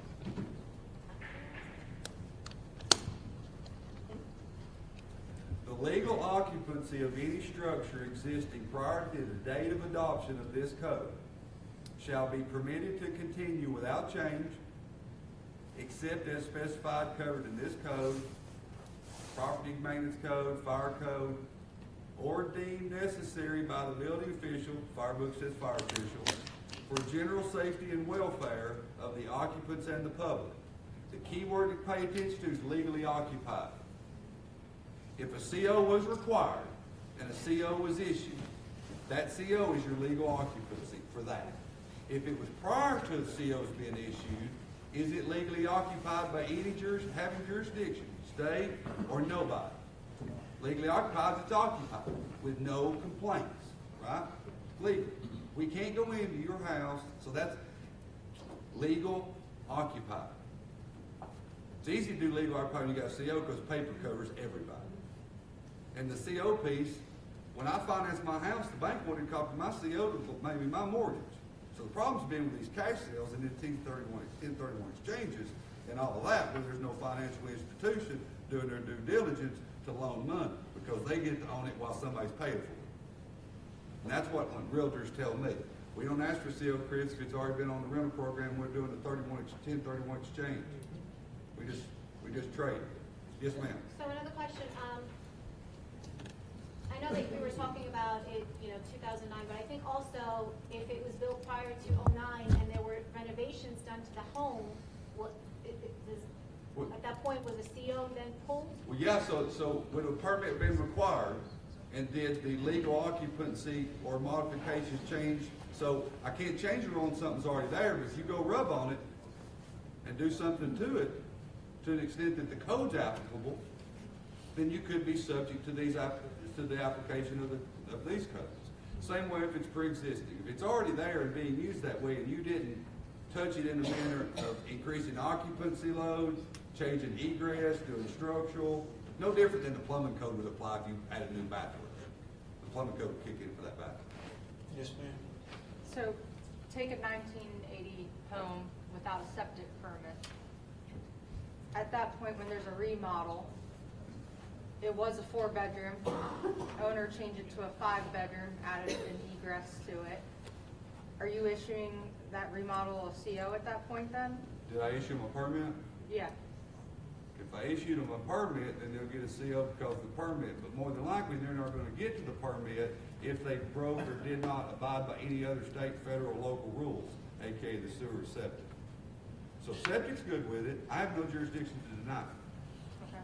So how can, besides the septic permit, how can we ensure, right, I'm not the listing agent, I'm the buyer's agent in this case, on a 1980 home remodel with no septic permit. How can I best ensure for my buyer that they're not going to walk into a trap after the sale? When was it remodeled? Remodeled within the last year. And it's an owner who is developing on lots around it. You're going to have a problem. If the remodel required a permit, then it was a failure to permit. And at that point, it's not considered legally occupied. If a permit for work was required and they failed to get one, they lost their legal occupancy, right? Because they did it without a permit. So can I call your office to double check if they You can got that send permit? me an email and I'll give you a paper trail so we don't miscommunicate on the phone. That'd be perfect, thank you. Yes, ma'am, again. I understand that you can't.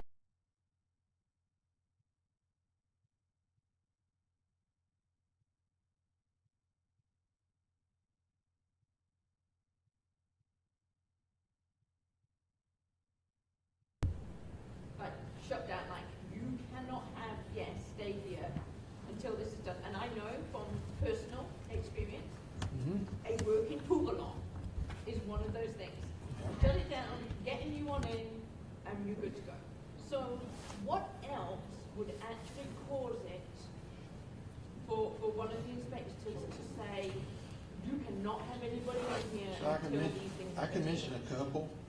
Obviously, there's a lot of code. Right, and a lot of, depending on what we see out there, and we would really like for you to submit all your questions here. If we see an imminent failure of like the deck, for an example, to where I don't feel safe walking out on it, that would identify something like that.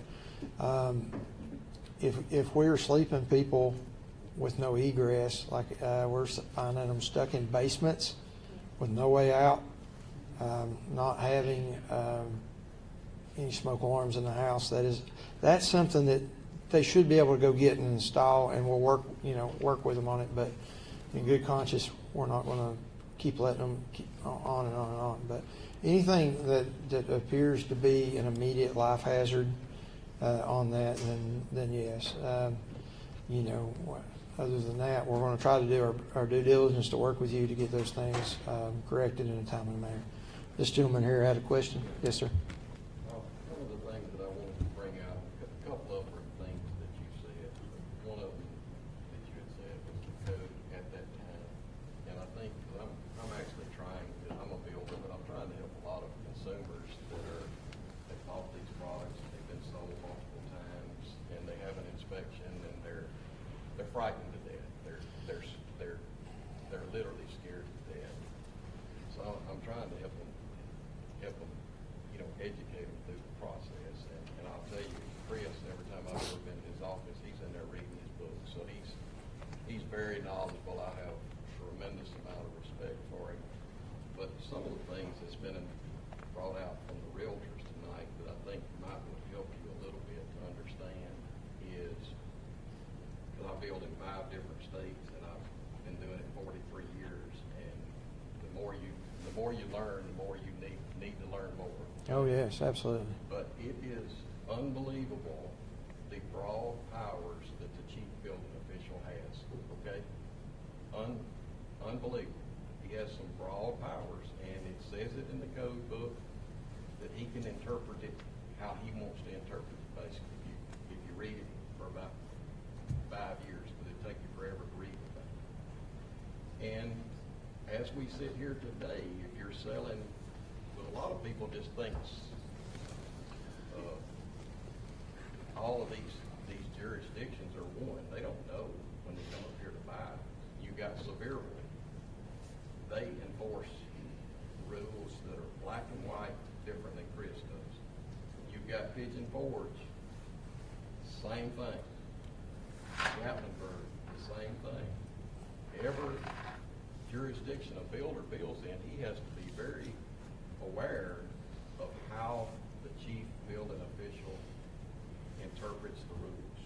But I can say this, because I have, like I said, a ton of respect for you, Chris.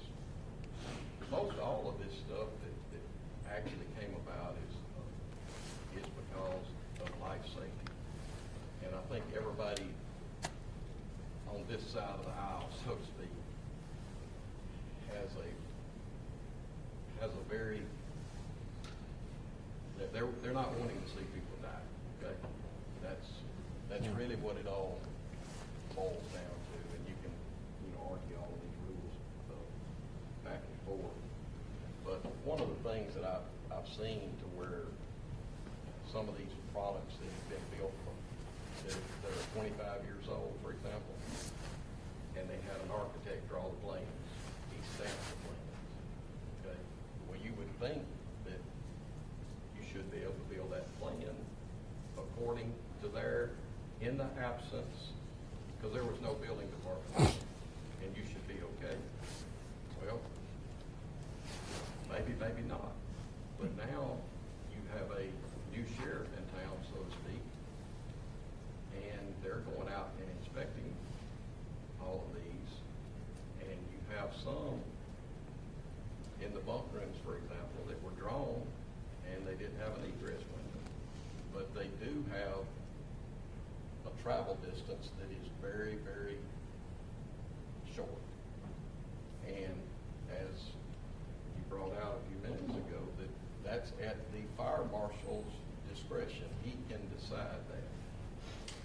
So that's kind of another gray area, is they can either shut it down right that moment and tell you, hey, you can't rent this cabin, or he has some discretion. I mean, that is what you said, correct? That is correct. Yeah, I mean, obviously, we try to stay as close to the rules to the code as possible on that. On our interpretation, we do follow the code, but I'm saying on our interpretation of that. And not only that, we are constantly reaching out, not only to other counties, but the surrounding cities as well, so that we will try to have the same interpretation of it, across the board. Because I'm, like you said, if I was a builder, and I have built homes before, personally, and I'm doing it in one area, and then I go 2 miles down the road and I'm in a different jurisdiction,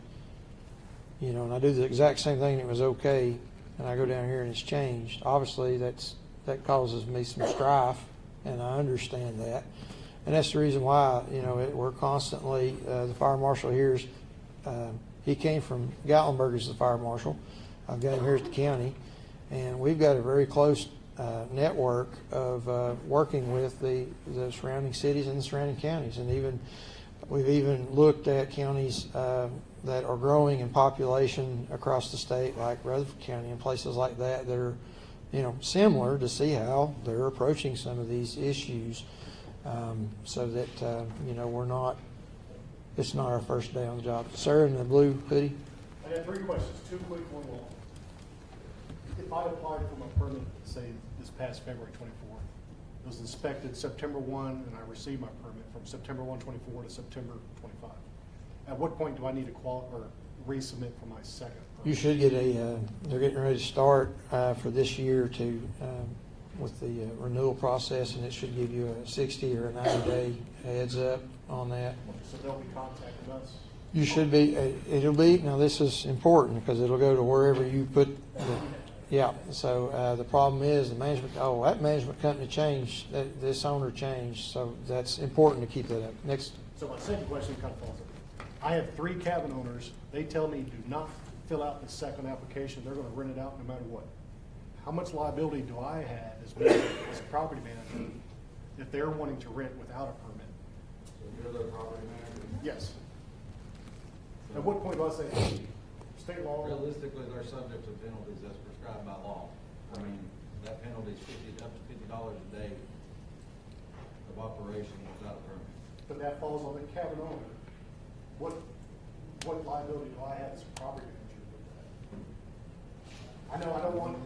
I'm not a lawyer on that, so I can't speak on that. But I can say I would not want any part of that liability in aspects of.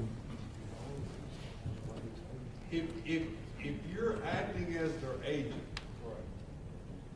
I think, and again, I'm not a lawyer, but when I talk about GCs and we talk about who's the authorized agent for the company, so if you're managing their properties, then one, I'm going to say it's your fault that I'm getting a $50 fine, and you're acting on my behalf. So but they're going to send the fine to the property owner. And I'm following the property owners. The property owner says, do not fill out the second application. I don't want any part of that. Get before a judge, he's gonna say, did you have knowledge? And then you're going to be in My there. recommendation is send us an email. Yeah. I'll send them certified, for an email first, and then we'll follow it up with a certified letter. And then if they don't comply, It'll go sideways. First round, I put my name on all the applications. I signed it. Second round, I'm sending it to them, letting them assume the liability. There's a lot of companies, I think, like Airbnb and stuff. I'm not quoting exactly names, but I know some of the larger ones out there that are starting to require, compliance on that before they'll let them put it on the program. Yes, sir. The third question was about the smoke detector and carbon monoxide linked. You want to talk one-on-one about that, or do you want to? Yeah. I want to find out what. Okay. I want to find out your specific situation so that we can look at it and see, because if it was a miscommunication or if we've missed something. Because I'm going to be honest, these guys are meeting weekly. on things that have come up and been like, wow, you know, are we on the same page of this? And I mean, and that's one of the big things with us. I'll take another question or two before we wrap it up this evening. Yes, ma'am. So I'm a real estate agent, and on certain contracts I've stipulated, it's a lot easier in Gatlinburg, obviously, because their system has been running in process for quite some time, to where, you know, a buyer will stipulate you have to have your permit in place. And most of the time, all the cabins that are being sold within Gatlinburg city limits do have a permit, so you already know it's going to be permitted and according to CO. But in this case, if we go under contract, if a seller has applied for their application and we're 9 months into it, because that's the first question I ask, hey, where are you in your process with your seller? Have they applied? Have they already had their inspection? If they're only in the application phase, how quickly, if you were under contract, do you think you can get that cabin inspected? Yeah, So I'll let the before fire purchase- marshal answer that one. So I will tell you, whoever the property owner at the time it was applied for must contact us to do the inspection. And if you are the buyer, you would have to request that documentation. We will not provide, we cannot provide it to hinder a sale. It has to come, it would have to be part of your contract and have that property owner ask for the inspection. Yeah, that part I'm However, understanding of is if they've applied and they're waiting for contact to schedule it, does the seller have to keep pushing the issue to get on schedule? Because Just have them half call. the time it's, oh, I applied, it's no longer my problem. You know, if you want to close the contract in 30 days, you just take the liability of where that permit is after the Yeah, problem. and some of the people have done, that has sold it, went back and was like, hey, I want after they've told the buyer that, you know, they've got to apply for a transferable thing and then want them to be refunded for their, and we're like, no, you can't do that. Well, my question is, if I put that as a stipulation in my contract for the buyer at their request, and, you know, I always suggest that to help best protect my people. Right. How quickly, if a seller, let's say I get under contract tomorrow, seller goes to your office and says, hey, I'm under contract, I need to get an inspection, what does that time frame look like so I can better help my client say, hey. We try to do what we can on time sensitive things on that. You know, the other question is though, if we come out immediately there and it fails. Well, that's what we want to know. Is it going to fail and what it fails for? But like when I'm designing a contract, right, 30 days, 45 days, 60 days, I want to best advise my client to say, hey, if we get under contract and I can get the seller to contact. Say that? Are they doing a home inspection? They are, but not every home inspector understands these rules and regulations. So I always try to help my buyer and say, we need to get the actual officials out here.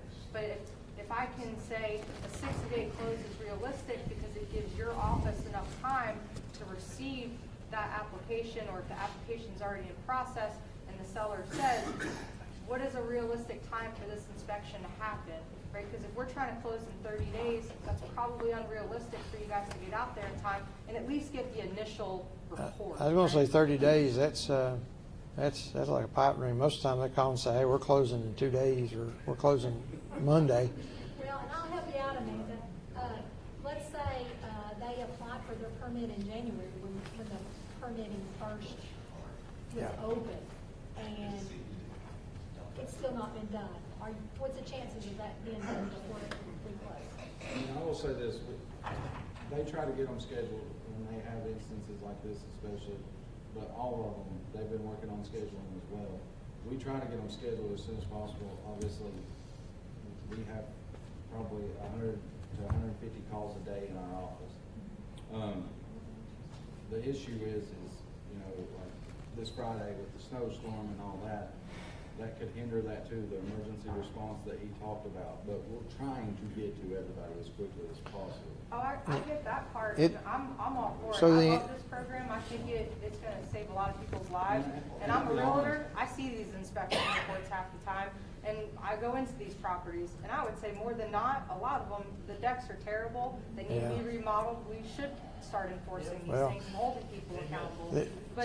To answer your question, and we will do I can't give you within 48 hours or anything like that, but if you contact us and let us know that, we will do everything in our power to try to help you on that.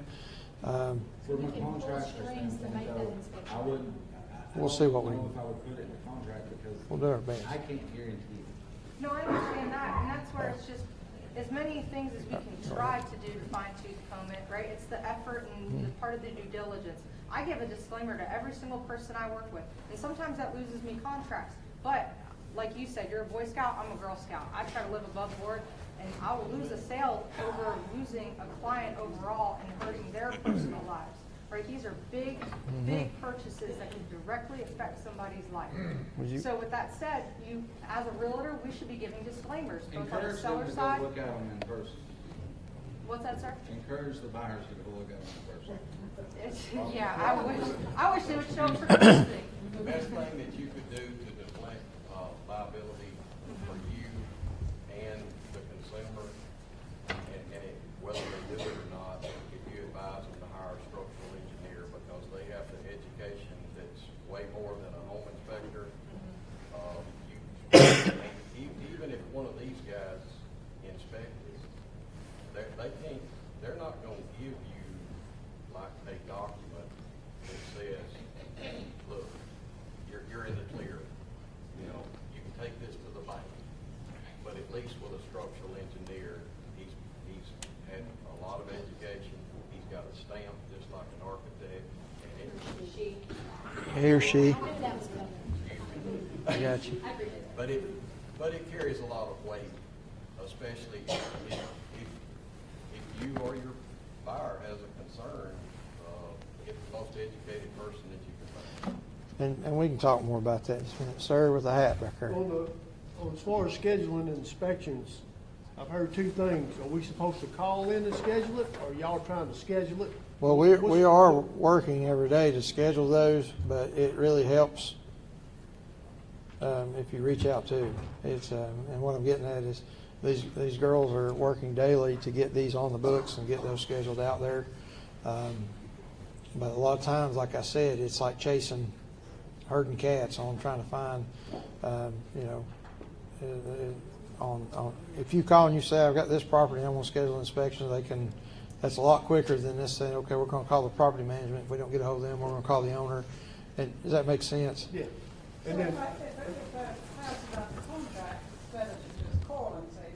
Yeah, yes, because there's, like I said, we've got thousands in the queue right now. Sir? Yes. is there something in the works for, on the new build, to have this inspection done at the time of CO? Because I just got a house CO just a few months ago, and from what I've heard here, it passed, I got the CO, but it's not gonna pass your inspection. So is there a plan in place to do all this at one time when we know it's gonna be a rental, to eliminate this headache down the road like they're talking about having to deal with? We'll talk about how to do that. Okay. There's a few things in their fire piece that's not in my building code, like the grills, the Right. mats and the grills and the chains. My guys won't know that, so I'd have to try to train them to do that. Not that we can't. I mean, if that's all I'm looking at, we can knock that out. But they want it furnished, right? Yeah. Yeah, we want it furnished. You see the problem? If I'm doing a CO, it ain't got lift, it may not have lift furniture in it. Okay. And The problem is and I'll give you- beds go in, they're blocking windows. I'll give you a prime example. Right before this program started, I got a phone call from a guy, and he said, "Hey, the building official sent me to you." I was like, "Okay, what's going on?" He goes, "Well, I just got my CO today." I said, "Well, congratulations." He said, "Yeah, but he thinks I'm going to have a problem." I said, "Okay." I said, "What's the problem?" He said, "Well, I have a stamped plan for a one-bedroom cabin. I won't sleep 8 in it." I was like, I'm sorry, do what? And he said, "Well, the loft, I'm wanting to take, it's on the plan as a loft. I'm going to put a bed in there. And I'm like, whoa.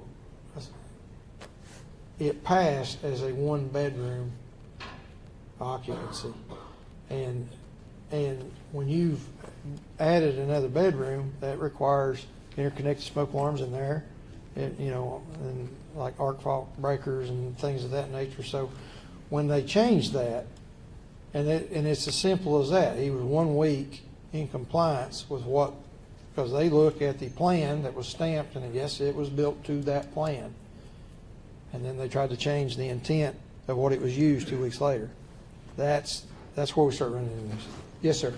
We have a 12-bedroom in the Pigeon Forge area, and we are getting price shopped against a lot of people that have these 6 bedrooms and 8 bedrooms, and they somehow sleep more than us, and you know they're doing weddings with like 100 people, and it's like, okay, at what point? Because you know sometimes like I'll see the listing, I'll be like, okay, it's realistically no way that this is a legitimate thing. This is kind of under the table. So at what point can we expect those, let's say, bad actors to start getting shut down? Well, you can always report those, because we do see some of that out there when they're in the field, and check on sites when we can. Obviously we're trying to, the ones that are got their permits, we're trying to work through that and stuff. But as it goes on, those things will be called, because a lot of times what'll end up happening is they'll have that 100 people there on a party, and then the law enforcement gets called because of, obviously, they got 100 people there, and you start running into those things or what we've seen in the last couple of weeks. There being an emergency there, and we're like, something don't look right, and we call the inspector. Yes, sir. Yeah, so for example, they'll be like, hey, we have this wedding package that we offer for like 75 extra people, but like, only 36 of them can stay. And let's say one of your people shows up and they're like, hey, there's like 100 people here, including the vendors and all these other people. It's like, at what point, like, is that legitimate for them to do that and say, hey, we're doing a wedding event and these guys are not overnight, supposedly? Right, they're not supposed to be. And the thing is, if they do have a wedding venue there on the property or whatever, they are capable of having that wedding there and stuff, and that just goes to where, like you said, are they sleeping more than that? A lot of times that's not the vendor, the renter trying to do that. A lot of times that is the guest, and whether you're law-abiding or not, you have the potential of that guest bringing their 5 cousins, uncles, aunts, twice removed, on these vacations, and we run into that quite a bit. And as those guys run across that, they'll notify one of the inspectors, and things can be done. We got a safety hazard that's identified in court. Yeah. We just need it right. Like we're being Excuse me. malicious or whatever those lawyer words are. So just report it. We'll act on the complaint, but keep in mind, when was it built? I mean, some of these competitor cabins are We'd built in the last have to research 4 that years. and find out if there's even if there is a violation. Because We're not going to ignore them. Report them. We just don't have the manpower to drive around and find them. That's great, ma'am. I'll get your question, and then let's take a break, and if anybody wants to have a residual questions, meet with us one-on-one. Yes, ma'am. Yes, real quick, just back to the CO issue again. So, because I have buyers that look at new construction, for instance, so, and I did misspeak, like, never, when I said we don't pull COs, like, we don't, typically have not, or I have not, maybe some have, as part of the due diligence process. Yes, we get that, but many times it's right up that closing of new construction, because it just, we just got it issued. So is there a way, as I help buyers evaluate a new construction that's almost complete, is there a way to anticipate what that CO? So let me just say this. How many of y'all do real estate in Gatlinburg? What's one of the questions that you asked? Do they have a TR, right? Do they have a current TR, right? Okay, so this is year 1 of our program for those permits. As we're going forward with this, I would expect that's going to be a question now when you do the properties and stuff here in the county. Well, what's that TR, or not TR, but what's your short-term rental unit permit say on it? And so we're in that painful kind of transition year or 2 there as we get this kicked off. And if they don't have a TR, and the CO may not be issued, you can still request a copy of the building permit. And we're going to ask you to go through the archive department, write open records request, but you could always request a copy of the building permit. I mean, if it's still under construction. just those. It's gonna say it on it as well. So if, so I'll tell you what, at this time, it's 8 o'clock. There is restrooms down the hall if y'all need that. And I'm going to stop there. And if y'all want to get with us, I know that gentleman back there has got some questions about interconnected alarms, and meet with myself, the fire marshal, the building official will take some questions. Thank y'all again for coming, okay?